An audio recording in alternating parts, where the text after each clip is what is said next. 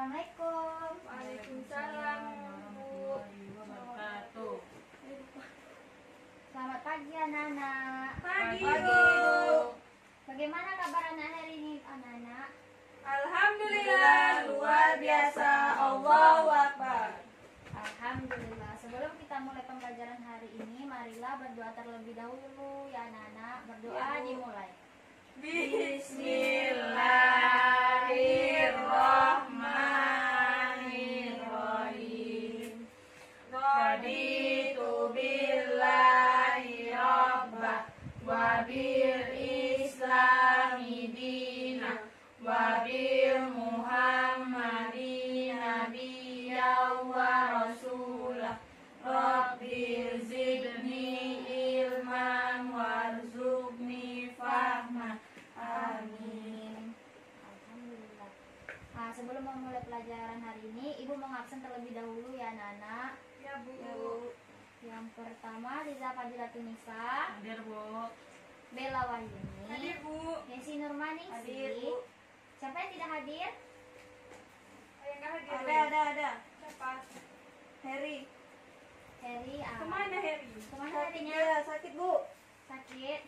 Nah, baiklah. Heri sakit. Harus surat apa? Enggak ada dia, enggak nitip surat tuh. Alfa, dia Berarti main dia tuh cabut Alfa. itu. Oh iya. Cabut Nanti itu. saya sampaikan. Heri Alfa. Ya Allah, sekali aku bilang orang. Nanti saya Iya, dia sampaikan tuh dulu. pakai suruh orang. Nah, baiklah. Pembelajaran hari ini adalah struktur dan fungsi sel penyusun jaringan pada sistem reproduksi. Siapa yang tahu apa itu sistem reproduksi? Organ pada laki-laki dan perempuan. Betul, kita akan mempelajari tentang organ sistem reproduksi laki-laki dan perempuan. Baiklah, Ibu akan membahas tentang 7 pembelajaran hari ini, yaitu yang pertama siswa dapat memerinci organ-organ sistem penyusun reproduksi laki-laki dan wanita. Selanjutnya, siswa dapat menjelaskan fungsi hormon kelamin pada laki-laki dan wanita. Yang ketiga itu, siswa dapat menjelaskan tahapan proses gametosis pada laki-laki dan oogenesis pada perempuan menggunakan bagan. Selanjutnya, siswa dapat menjelaskan siklus menstruasi dengan menggunakan bagan. Yang selanjutnya itu, siswa dapat menjelaskan proses fertilisasi, kehamilan, dan persalinan. Selanjutnya, siswa dapat menganalisis faktor-faktor laktasi. Selanjutnya, siswa dapat menjelaskan tentang pentingnya ASI eksklusif bagi anak. Siswa dapat mengemukakan contoh teknologi dalam sistem reproduksi. Siswa dapat menjelaskan hubungan metode kontrasepsi dengan program kependudukan dan KB. Selanjutnya itu, siswa dapat menjelaskan gangguan sistem reproduksi. Baiklah, yang pertama Ibu akan menjelaskan tentang sistem reproduksi laki-laki. Baiklah. Ibu sudah membuat di sini tentang media sistem reproduksi laki-laki. Baiklah. Nampak anak-anak? Nampak, Bu. Pegang aja, Bu. Oke. Di sini adalah sistem reproduksi laki-laki. Yang pertama itu adalah skrotum. Skrotum ini yang ada di dekat bulat ini ya anak-anak. Skrotum ini atau disebut dengan kantong pelit, itu dimana skrotum itu kantong longgar yang membungkus testis di luar tubuh. Terus berjumlah sepasang, dipisahkan oleh septum internal. Selanjutnya itu adalah testis. Testis ini yang bulat ini ya anak-anak, yaitu mengandung tubulus seminiferus, di mana dia itu sebagai banyak spermatogenesis. Di dalam tubulus seminiferus terdapat sel-sel batang, terus sel Sertoli dan sel Leydig. Selanjutnya ini adalah epididymis. Epididymis ini yang kayak gini ya anak-anak. Di dalam di dalam testis juga gitu kan. Epididymis ini fungsinya itu menyimpan sperma hingga menjadi dewasa, motil dan fertil. Selanjutnya ini ada yang kayak pipa gitu atau salurannya itu, yaitu tentang vas deferens, di mana vas deferens itu adalah lanjutan dari epididymis, yaitu meninggalkan skrotum menuju vesikula seminalis. Baiklah.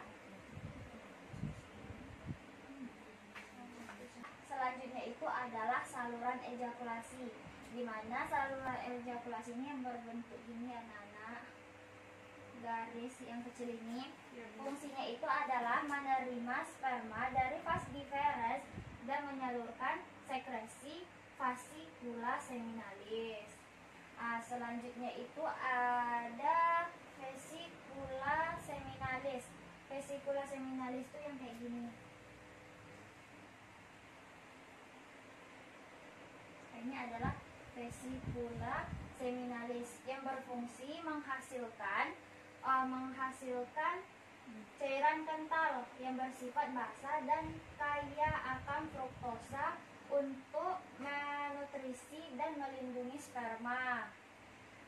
Selanjutnya itu ada uretra. Uretra itu yang kayak gini, bergaris kayak gini, itu adalah uretra. Ya, untuk saluran kencing, di mana uretra ini berfungsi saluran kelamin, yaitu dari kantong semen dan saluran pembuangan urin dari kantong kemih sampai ke ujung penis. Sampai ke ujung penis. Selanjutnya itu adalah adanya kelenjar. Kelenjar itu ada kelenjar prostat, ada kelenjar Cowper, sama kelenjar vesikula seminalis tadi. Tapi vesikula seminalis tadi ibu udah jelaskan ya. Selanjutnya itu kelenjar prostat. Kelenjar prostat itu yang kayak gini, bulat yang kayak gini, kelenjar prostat. Dimana fungsinya itu menghasilkan cairan basah yang menyerupai sisa yang akan meningkatkan motilitas sperma yang pH optimumnya 6 sampai 6,5. Selanjutnya itu kelenjar Cowper atau bulbouretral. Nah, ini seperti yang tadi itu kan yang dijelaskan itu yang bulat kecil ini. Nah, itu fungsinya itu menghasilkan cairan yang bersifat basah yang mengandung mukus atau lendir untuk pelumasnya tersebut. Sampai sini paham anak-anak? Baiklah. Selanjutnya itu adalah yang terakhir, penis.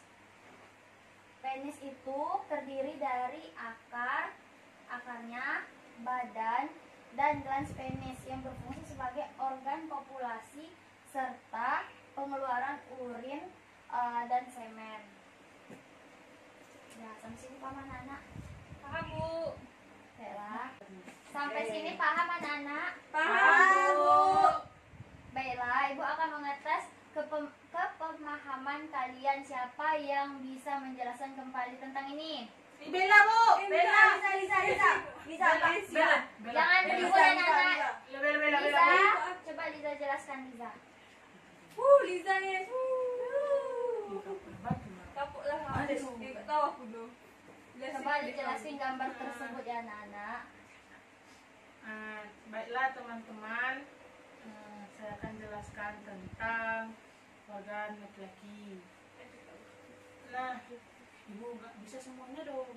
Harus semuanya. Tadi kan sudah Ibu jelaskan. Semuanya Liza, kau. Nah, ini kan, baiklah, di sini ada uretra, nih ini uretra. Itu dia, uretra ini berfungsi untuk saluran urin. Betul. Kemudian ada ini skrotum. Skrotum itu kantong gitu, tempat testis. Ya, betul. Nah, kalau testis itu sebagai tempat sperma, testis tempat sperma. epididymis. Epididymis ini menyimpan sperma hingga menjadi dewasa atau matang. Ya, betul. Kemudian yang ini saluran vas deferens. Ini lanjutan dari epididymis untuk sampai ke penis. Kemudian ada saluran ejakulasi, tempat menerima sperma dari vas deferens. Kemudian ada kelenjar prostat. Ini kelenjar prostat menghasilkan cairan. Kalau vaskulasi seminalis ini menghasilkan cairan kental bersifat basah, sama kayak prostat tadi. Tapi bedanya kalau vaskulasi seminalis itu dia melindungi sperma untuk nutrisi dari sperma. Kalau ini menghasilkan cairan basah untuk menyerupai sisa yang akan meninggalkan motilitas. Kemudian ada kelenjar Cooper Atau belurekal. menghasilkan cairan bersifat basah yang mengandung mulas atau lendir untuk pelumasnya. Oke. Baiklah. Terima kasih Liza sudah menjelaskan gambar tersebut. Selanjutnya itu pembelajaran itu tentang hormon laki-laki, di mana hormon laki-laki itu ada 3, yaitu hormon testiskular atau testosteron itu adalah diferensiasi ke dalam skrotum yang mengontrol pertumbuhan, perkembangan, dan pemeliharaan ciri-ciri seks sekunder pada usia pubertas. Selanjutnya itu ada hormon hipofisis atau follicle stimulating hormone atau disebut FSH yang berperan dalam spermatogenesis, dan luteinizing hormone atau LH itu merangsang sel-sel interstisial di testis untuk berkembang dan mengekspresikan testosteron. Selanjutnya yang ketiga itu hormon hipotalamus, di mana itu gonadotropin releasing hormone atau GnRH merangsang hipofisis mengeluarkan LH dan FSH, mengatur mekanisme umpan balik negatif dalam sintesis dan sekresi testosteron. Sampai sini paham anak-anak tentang hormon laki-laki? Nah, baiklah selanjutnya itu tentang sis pada laki-laki atau spermatogenesis. Menjelaskan tentang spermatogenesis, di mana tadi spermatogenesis ini yang awalnya pertama spermatogonium yang bersifat diploid. Spermatogonium yang bersifat diploid ini membelah secara mitosis itu menjadi spermatosit primer yang bersifat haploid yang di dalam profase meiosis 1. Selanjutnya spermatosit primer ini membelah secara meiosis 1, menghasilkan spermatosit sekunder. Maksudnya tuh spermatosit sekunder ini menjadi 2 gitu, yang haploid. Terus spermatosit sekunder yang haploid yang 2 tadi ini membelah dia secara pembelahan meiosis 2.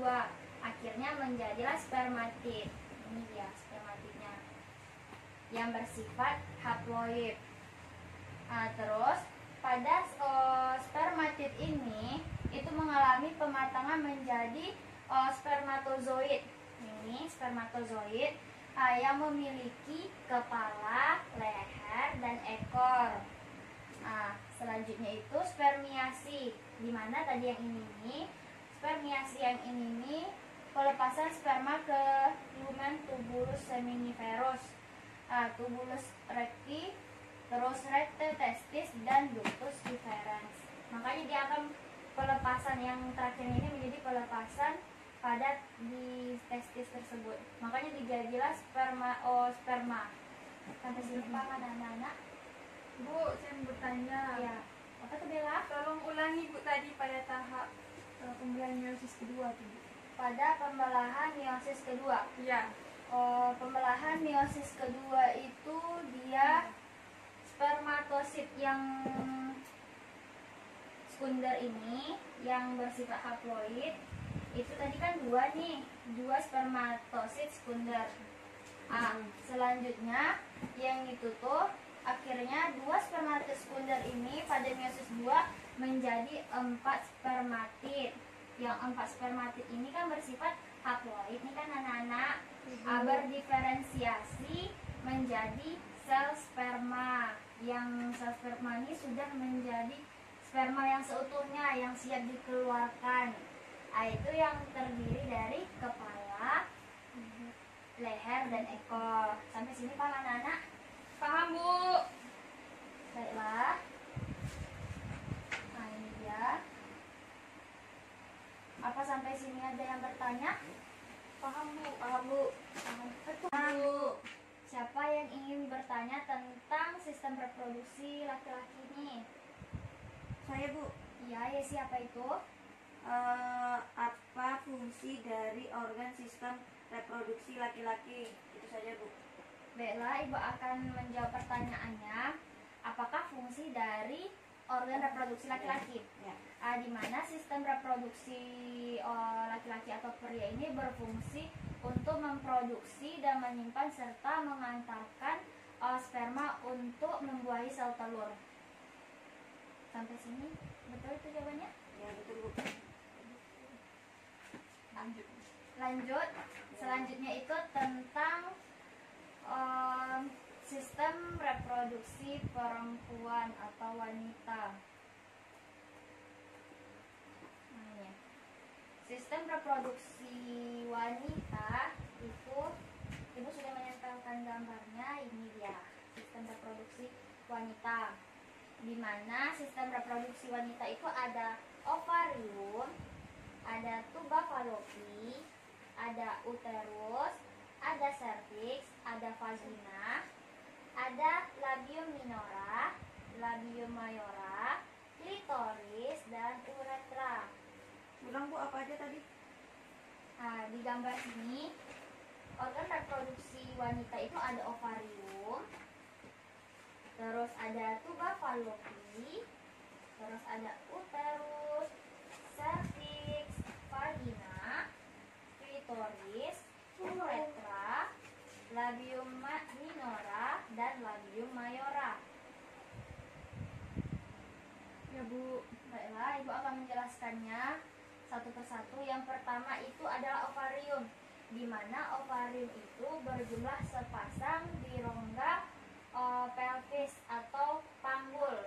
Itu berfungsi sebagai tempat oogenesis serta menghasilkan hormon estrogen dan progesteron. Di sini ovarium itu tempat hormon estrogen dan progesteron. Selanjutnya ini adalah tuba fallopi. Tuba fallopi ini di dekat ovarium. Ini tuba fallopi yang kayak ini. Tuba fallopi ini berfungsi itu terdiri dari bagian infundibulum, terus ampula dan isthmus sebagai tempat fertilisasi. Sebagai tempat fertilisasi.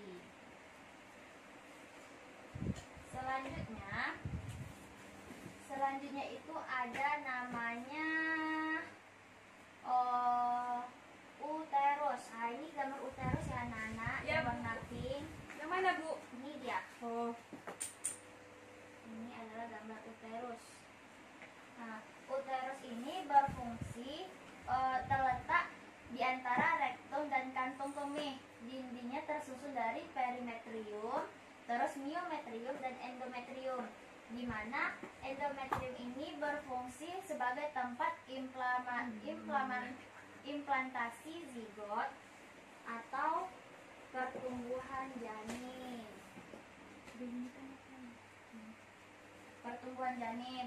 Selanjutnya itu vagina. Vagina ini dia tempat saluran vaginanya ini. Vagina ini berfungsi vagina ini tabung fibromuskular yang berfungsi sebagai organ kopulasi serta jalan alirannya menstruasi dan jalan lahirnya bayi. Jadi vagina ini tempat jalannya menstruasi dan jalan lahirnya bayi. Mana Bu? Ini dia bentuk saluran ini. Selanjutnya itu ada vulva. Vulva itu adalah organ genitalia luar yang terdiri dari mons pubis, labia major atau bibir besar, labia minor, ini dia. Nah, main aja dia Bu nih Bella. Nggak ada Jangan loh, main. enggak Bu. Selanjutnya itu ada klitoris, vestibula, terus ovirisium uretra dan vagina. Jadi vulva itu adalah genitalia luar yang terdiri dari tadi labium minora, labium mayora dan klitoris ya anak-anak. Ya Bu. Sampai sini paham anak-anak? Bu, jelasin kembali itu Bu. Apa itu? Apa itu? Tadi Bella? kan itu ada bagian apa tadi itu di situ? Oh, bagian dari Bagian. labium minora dan mayora Bu. Fungsinya tadi apa Bu? Tadi itu tentang vulva. Oh. Jadi vulva itu adalah genitalia luar. Genitalia luar yang terdiri dari 3 ini tersebut. Disebut dengan vulva. Sampai sini paham Bella? Paham Bu? Oh, dia Bu paham. Paham? Nah, ada yang ingin ditanyakan anak-anak?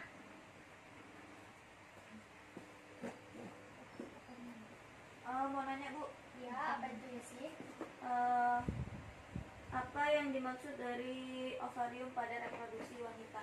Ovarium. Fungsinya Bu. Fungsi ovarium ya? Iya.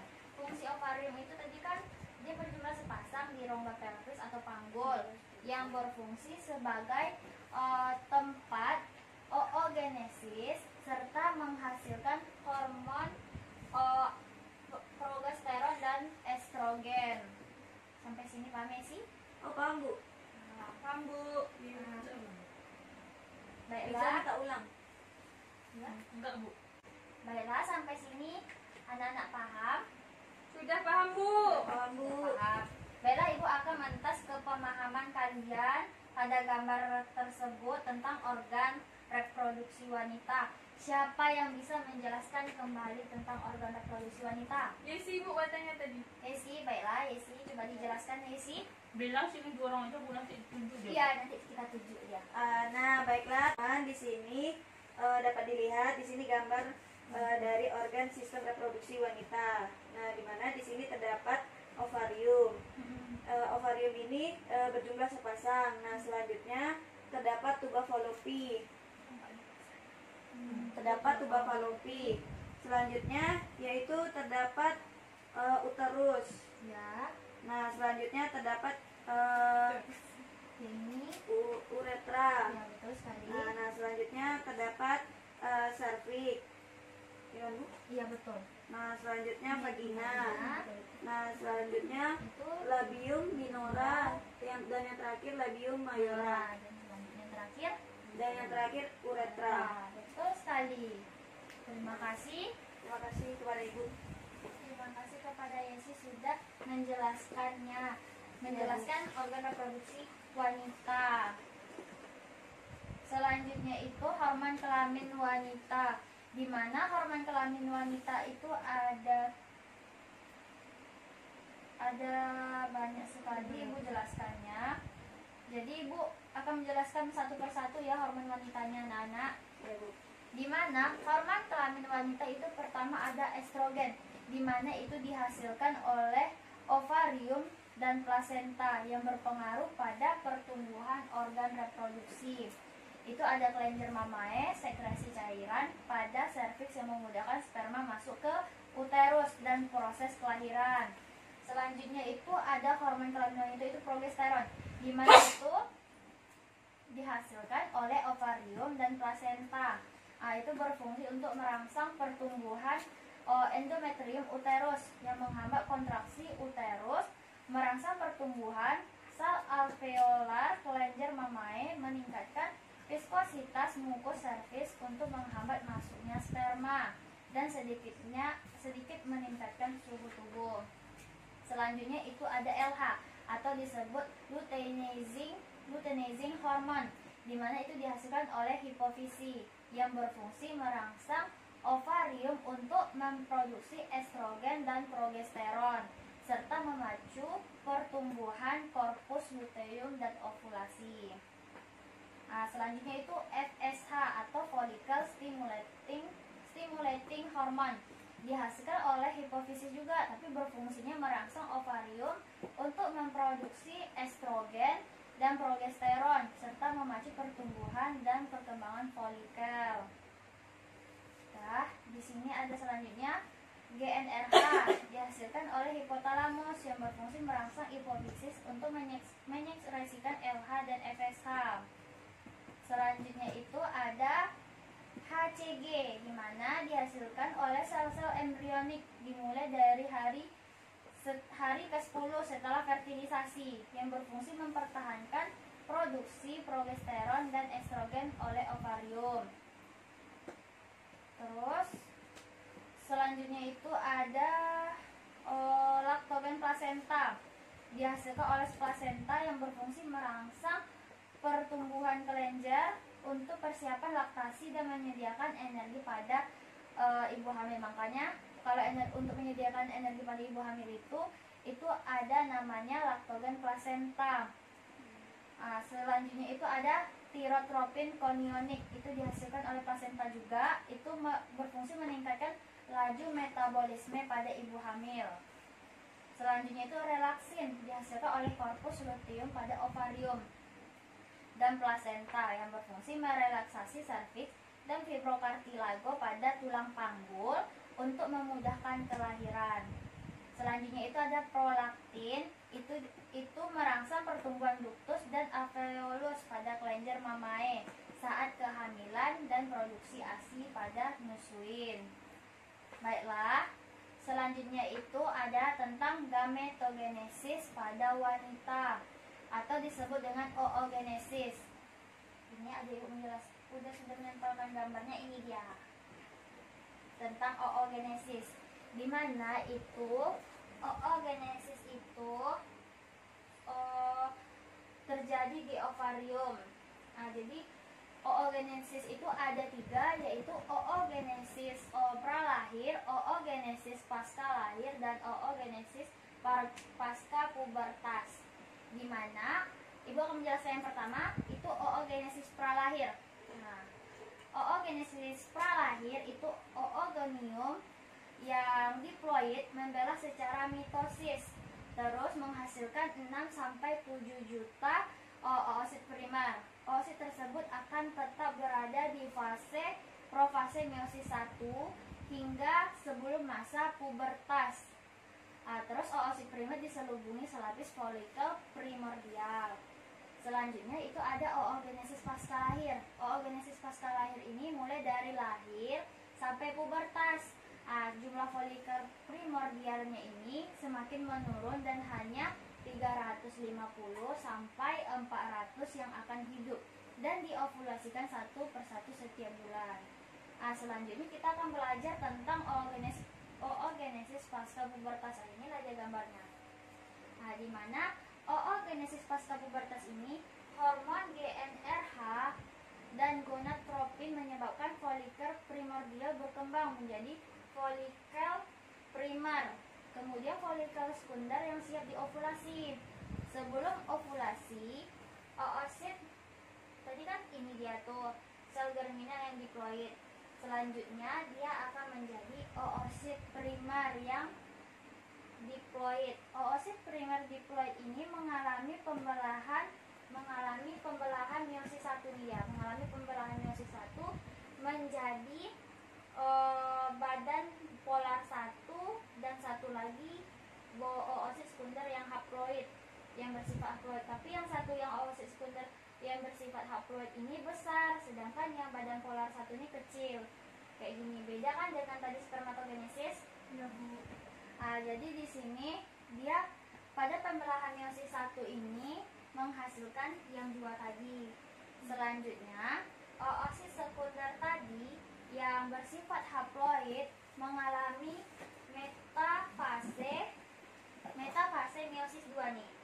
Menjadi metafase meiosis 2 dan berhenti. Kemudian akan dilepas dari ovarium. Ini dia. Ovum yang bersifat haploid dan menjadi badan polar 2. Jika oosit sekunder dibuahi oleh sperma, meiosis akan berlanjut hingga berbentuk ootit. Terus dan badan polar 2. Ini dia. Terus ootit akan berkembang menjadi ovum yang matang. Jika badan polar belum digenerasi, maka akan mengalami meiosis 2, meiosis 2 dan menjadi 2 badan polar. Inilah hasil akhir oogenesis. Sampai sini paham anak-anak? Paham Bu. Baiklah, ini dia gambarnya. Baiklah, selanjutnya itu Ibu akan menjelaskan tentang siklus menstruasi. Ya Bu. Ya, Bu. Nampak anak-anak gambarnya? Nampak Bu. Baiklah, Ibu akan menjelaskan siklus menstruasi, di mana siklus menstruasi ini adalah siklus kompleks yang merupakan hasil interaksi sistem endokrin, hipotalamus, hipofisis, terus dan ovarium dengan sistem reproduktif yang menyebabkan terjadinya perubahan pada endometrium uterus. Terus perubahan tersebut menyebabkan terjadinya menstruasi pada masa pubertas. Inilah dia siklus menstruasinya itu. Terus dimulai rentang siklus menstruasi itu umumnya hari terpendeknya itu 18 hari. Terus hari yang terpanjangnya itu 40 hari. Terus terjadinya di siklus ovarium dan siklus endometrium. Baiklah, ini ada siklus menstruasi di mana siklus menstruasi ini ada namanya hormonnya. Hormonnya itu ada FSH, terus ada estrogen, LH dan progesteron. Selanjutnya di sini kan tadi ini bentuk siklusnya nih. Yang di sini ada perkembangan folikelnya, terus siklus endometrium sama hormonnya. Ibu akan menjelaskan satu-satu dulu tentang siklus menstruasi. Yang pertama itu siklus menstruasi, fase menstruasi.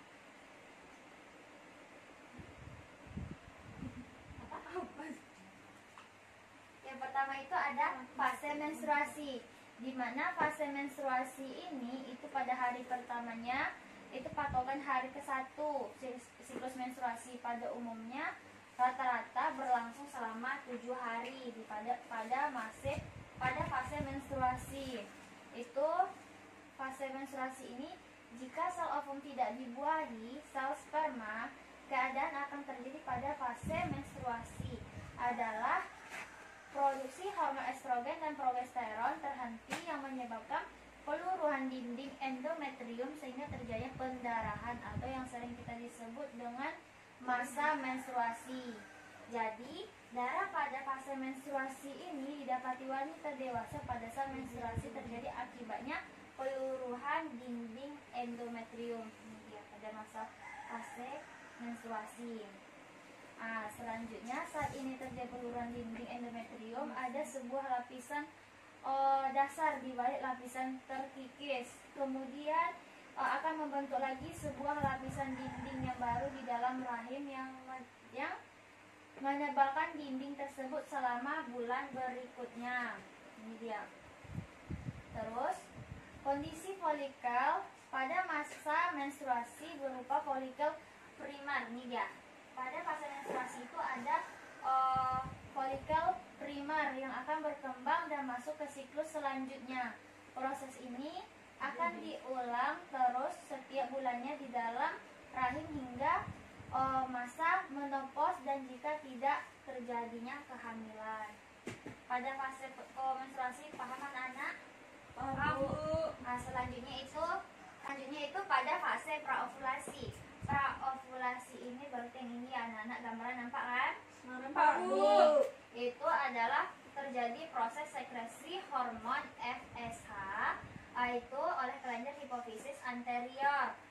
Pada saat fase folikel ini produksi FSH mengalami proses kenaikan nih. Dia mengalami kenaikan yang warna biru. Terus di mana peran dari hormon FSH ini mengubah folikel primer yang terbentuk pada tahapan sebelumnya menjadi folikel sekunder. Folikel sekunder yang terbentuk menyebabkan menjadi produksi hormon estrogen. Ini dia, warna kuning ini.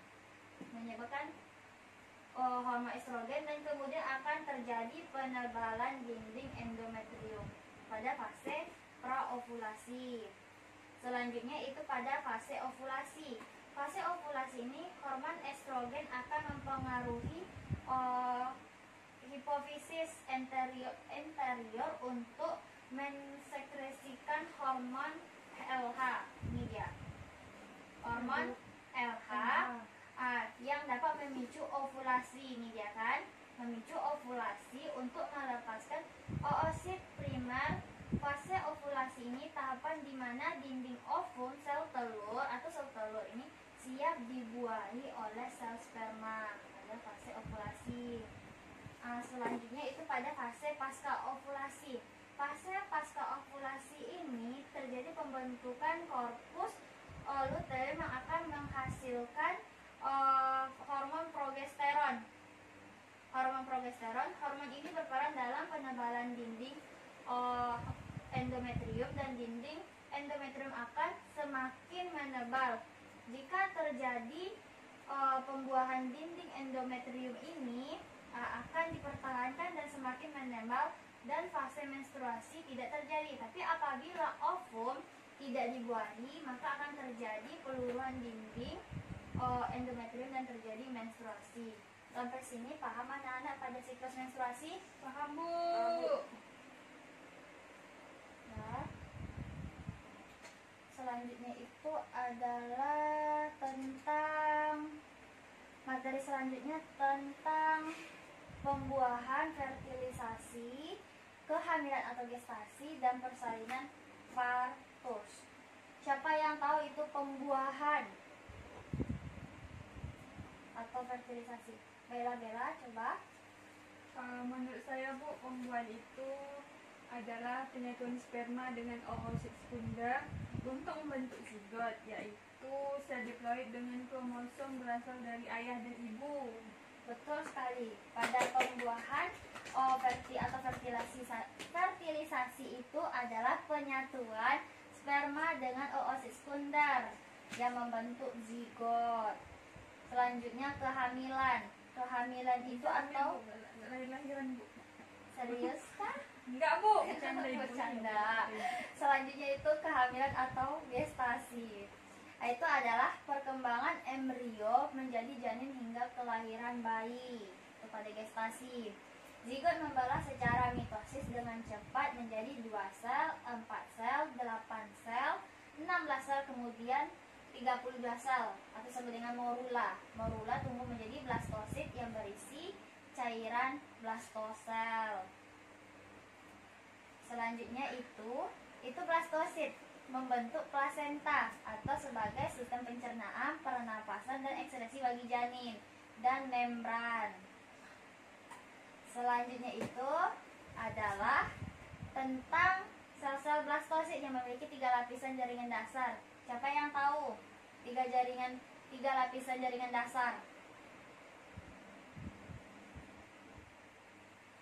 Liza, Bu, katanya tahu. Ya, apa itu Liza? 3 lapisan dasar yang pada sel-sel blastosit. Odem, Terus endoderm, endoderm Mesoderm. sama mesoderm. Betul sekali jawabannya. Itu sel-sel blastosit itu ada ektoderm, endoderm, dan mesoderm. Selanjutnya, semua sistem organ tubuh terbentuk setelah minggu ke-8. Perkembangan janin selanjutnya yaitu diferensiasi organ-organ hingga siap dilahirkan. Yaitu selanjutnya tentang persalinan. Siapa yang tahu persalinan? Orang yang melahirkan, siap melahirkan, Bu. Persalinan itu atau partus. Ya, betul sekali jawabannya. Di mana persalinan itu dilatasi serviks. Serviks yang dipaksa melebar sehingga jalan keluarnya bayi. Selanjutnya kelahiran bayi itu, bayi bergerak melewati serviks dan vagina yang dibantu kontraksi otot poros secara sengaja oleh ibu. Selanjutnya itu kelahiran plasenta, itu terjadi segera setelah kelahiran bayi. Nah, inilah. Baiklah, sampai sini paham anak-anak? saya ingin bertanya Bu, Apa tadi kan itu? kita membahas mengenai apa nama tadi? Persalinan. Iya, tentang sebelum persalinan melahirkan, hamil. ya hamil. Nah, tadi kan apa mau bertanya tidak? Tadi kan itu apa namanya kan pas pada saat hamil kan di dalam perut kita kan ada bayi atau Iya. janin Bu. Nah, yang saya tanyakan tuh tempat tumbuhnya bayi itu di mana? Gimana dia Oh. tumbuh berkembang itu? Tempatnya, oh di manakah tempat tumbuhnya bayi? Sedangkan perut kita ini kecil Bu, tuh di mana taruhnya? Iya. Mm-mm. Oke, Ibu akan menjawabnya di mana tempat tumbuhnya bayi itu di uterus. Jadi fungsi uterus pada wanita yang pertama adalah tempat tumbuh dan berkembangnya janin. Baiklah, di sini ada tentang uterus tadi kan. Di uterus inilah fungsi uterus ini adalah tempat tumbuh dan berkembangnya janin. Jadi di mana saat terjadi pembuahan itu antara sperma dan ovum, jadi maka hasil pembuahannya memerlukan tempat untuk menjadi tempat tumbuh dan berkembangnya janin. Jadi di uterus inilah terjadinya bayi itu tersebut. Oh, tempat berkembangnya bayinya. Nah, jadi di sini dia di uterus inilah yang terjadinya. Oke Bu, Sampai sini paham Bella? paham Bu. Bella. Dah. Nah, jadi ini Bu mau tanya nih, terjadinya anak kembar itu bagaimana? Spermanya berhasil jadi Bu. Yang saya baca tuh Bu, kan setiap proses fertilisasi itu hanya satu sel telur. Dia. Nah, dan satu sel sperma. Nah, yang berhasil tembus ke sel telur itu ada 2 sperma, makanya jadi kembar. Ya betul. Baiklah, Ibu akan menjelaskan tentang terjadinya anak kembar. Di mana itu ada kembar fraternal dan kembar identik atau disebut monozigotik. Kembar fraternal ini dia. Kembar fraternal ini proses ovulasi dapat menghasilkan lebih dari satu ovum yang matang dibuahi oleh sperma sehingga terbentuk lebih dari satu zigot. Janin memiliki plasenta, tali pusar, dan kantung ketuban yang berbeda. Sedangkan pada kembar identik atau monozigotik ini, itu zigot hasil fertilisasi membelah dan berkembang menjadi 2 embrio. Berarti tadi kalau kembang fraternal itu kan 1 embrio nih. Tapi sedangkan pada kembar identik ini menjadi 2 embrio yang berbeda. Kemudian yang menjadi 2 janin berbagi amnion atau plasenta yang sama, tapi tali pusar dan kantung ketubannya berbeda. Nah, inilah gambar proses terjadinya anak kembar. Ini dia. Dimana tadi kalau kembar identik atau monozigotik inilah dia bentuknya. Sedangkan pada kembar fraternal atau dizigotik kayak gini. Inilah dia jadinya. Plasentanya terpisah kan kalau dia fraternal. Sedangkan pada kembar identik atau monozigotik plasentanya bersama.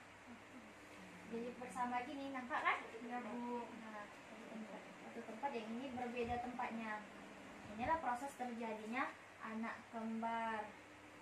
Selanjutnya itu laktasi. Siapa tahu itu laktasi? Proses pengeluaran air susu. Betul kali. Laktasi itu adalah proses produksi itu pengeluaran ASI atau air susu ibu. Saat kehamilan, estrogen itu merangsang perkembangan saluran kelenjar dan progesteron yang merangsang pembentukan alveolus lobulus dalam payudara. Terus di mana HPL diproduksi plasenta untuk pertumbuhan payudara, puting dan areola. Selanjutnya itu ada prolaktin dan somatotropin kronik itu merangsang perkembangan kelenjar mamae. Selanjutnya itu penurunan estrogen dan progesteron saat kelahiran akan memicunya laktasi. Itu oksitosin merangsang pengeluaran susu. Nah, siapa yang tahu manfaat ASI bagi bayi? Sebagai Nah ini, manfaat ASI bagi bayi tahu nggak anak-anak? sebagai nutrisi bayi Bu, ya itu untuk meningkatkan kecerdasan bayi. Betul. Itu manfaat ASI bagi bayi itu. Siapa yang tahu lagi manfaat ASI bayi itu apa aja? ada mudah dicerna dan mengandung nutrisi optimal, kemudian meningkatkan daya tahan tubuh, kemudian yang disebutkan dengan BELA itu meningkatkan kecerdasan bayi. Betul sekali jawabannya. Manfaat ASI bagi bayi tadi udah disebutkan sama anak-anak itu, betul sekali jawabannya. Ya, Bu. Terus selanjutnya itu manfaat menyusui bagi ibu, dimana itu menjadikan berat badan dan uterus kembali normal, kontrasepsi alamiah, dan mengurangi stres, gelisah, kanker payudara, ovarium, rahim, osteoporosis, dan artritis. Baiklah, kita akan mempelajari tentang gangguan sistem reproduksi. Siapa tahu gangguan sistem reproduksi pada wanita? Kanker vagina, Bu, kanker payudara, terus penyempitan tuba fallopian, mioma uterus.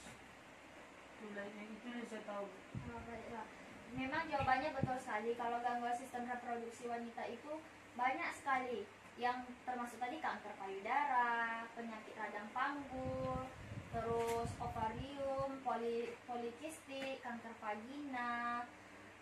Itu biasanya gangguan sistem reproduksi wanita ini mungkin makanan yang tidak sehat itu faktor utamanya mungkin, atau dari segi kebersihan untuk badan dia, bagian dalam dia mungkin tidak bersih gitu, makanya terjadinya gangguan sistem reproduksi, atau mungkin terjadinya udah secara turun temurunnya itu.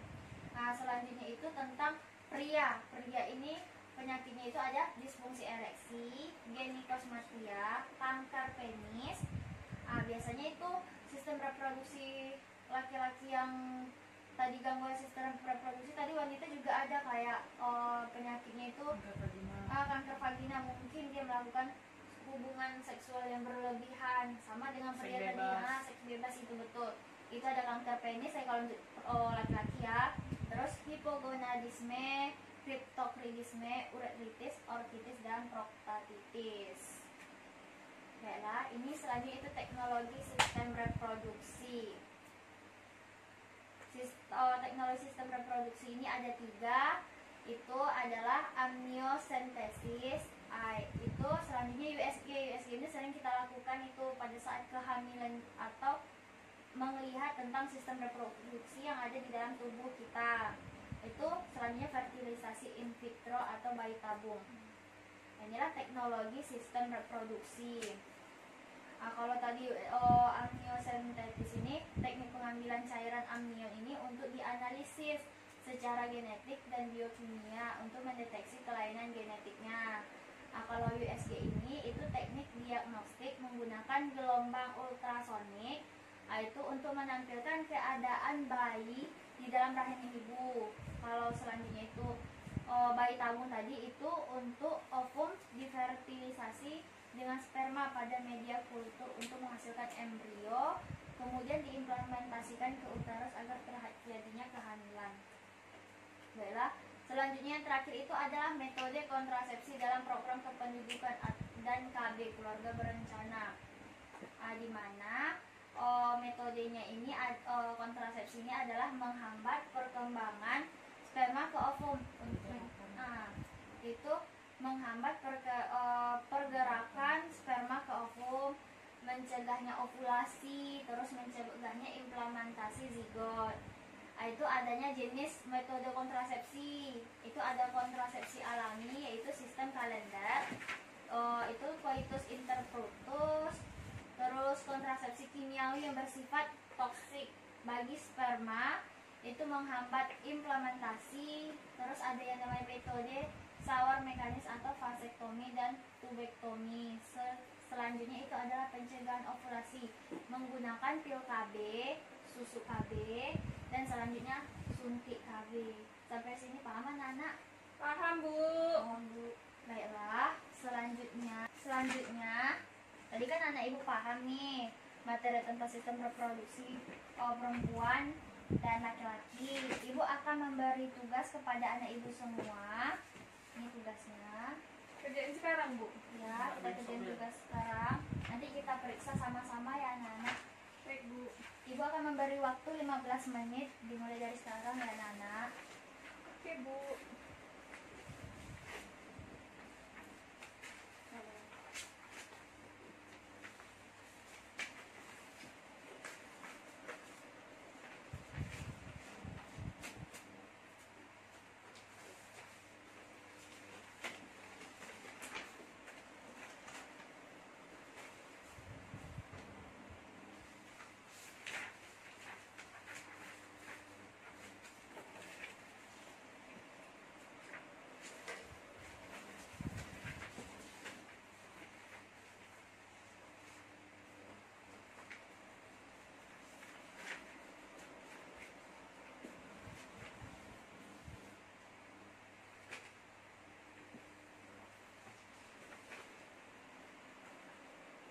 siap anak-anak?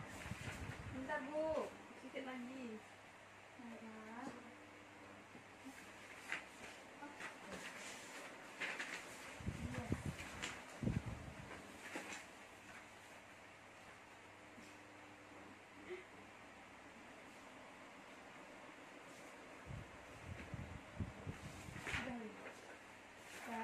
Sudah selesai?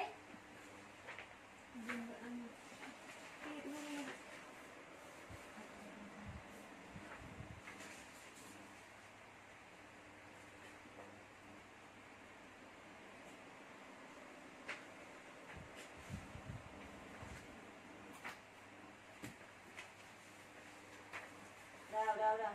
Sudah? Oke. Kita akan membahasnya ya anak-anak. Waktunya sudah habis. Ditukar dulu ya Nama esnya. jawabannya.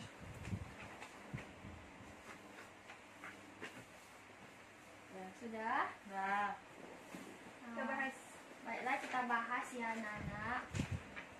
Yang pertama itu, berikut ini adalah saluran reproduksi pada pria secara urut. Yang pertama A. Testis falciparum epididymis urethra penis. B. Testis epididymis falciparum urethra penis. Yang C. Testis urethra falciparum epididymis penis. D. Testis epididymis urethra falciparum penis. Yang mana jawabannya Nana? B. Betul sekali jawabannya B. Selanjutnya yang nomor 2. Peristiwa pelepasan ovum dari ovarium disebut A. Menstruasi, B. Fertilisasi, C. Ovipar, D. Ovulasi. Ovulasi. D. Jawabannya Nana. Ovulasi. Selanjutnya yang ketiga, di dalam penis terdapat saluran yang disebut uretra. Saluran ini berfungsi untuk A. Saluran sperma dan urin, B. Penghasil sperma dan hormon, C. Penghasilan sperma dan urin, D. Saluran sperma dari testis ke kantong sperma. Jawabannya A. Siapa yang betul jawabannya? Betul. Betul. salah. Jawaban yang nomor 4 itu adalah masa pubertas ditandai dengan dihasilkan oleh dikeluarkannya A. Sperma oleh pria atau sel telur oleh wanita, B. Testosteron oleh testis dan estrogen oleh ovarium, C. Testosteron dan FSH, D. FSH dan LH. Jawabannya A. Yeay. Nah, Yang salah. baiklah, yang kelima itu adalah selaput pembungkus embrio. Salah satunya adalah amnion yang berfungsi A. Melindungi ibu dan janin, B. Pertukaran zat antara ibu dan janin, C. Melindungi embrio dari benturan, D. Memberi makanan dan oksigen pada embrio. Jawabannya C. Iya, betul. Keenam, penghubung antara ibu dan embrio adalah A. Plasenta, B. Amnion, C. Chorion, D. Yolk. Jawabannya A. Betul. Jawabannya betul. Nah, selanjutnya itu yang nomor 7. Selain menghasilkan sel sperma, testis juga berfungsi sebagai tempat pembentukan hormon. Yang A. Insulin, B. Estrogen, C. Progesteron, D. Testosteron. Jawabannya D. Betul. Yang ke-8, seorang wanita sudah tidak produktif untuk bereproduksi yang ditandai dengan tidak mengalami menstruasi disebut A. Oogenesis, B. Spermatogenesis, C. Ovulasi, D. Menopause. Jawabannya D. Betul.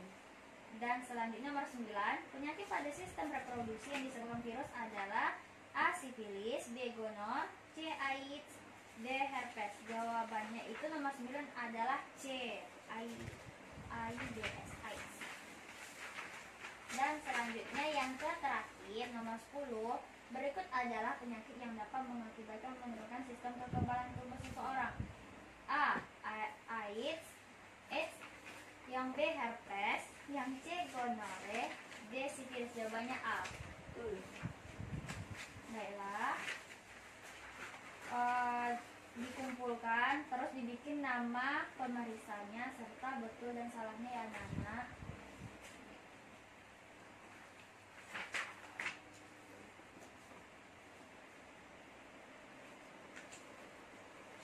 Dikumpulkan ya jawabannya.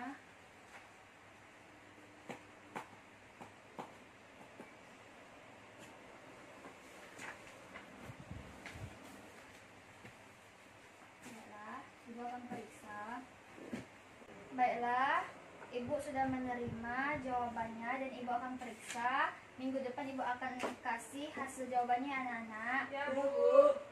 Terima kasih pada hari ini Ibu ucapkan wabillahi taufiq hidayah. Wassalamualaikum warahmatullahi wabarakatuh. Waalaikumsalam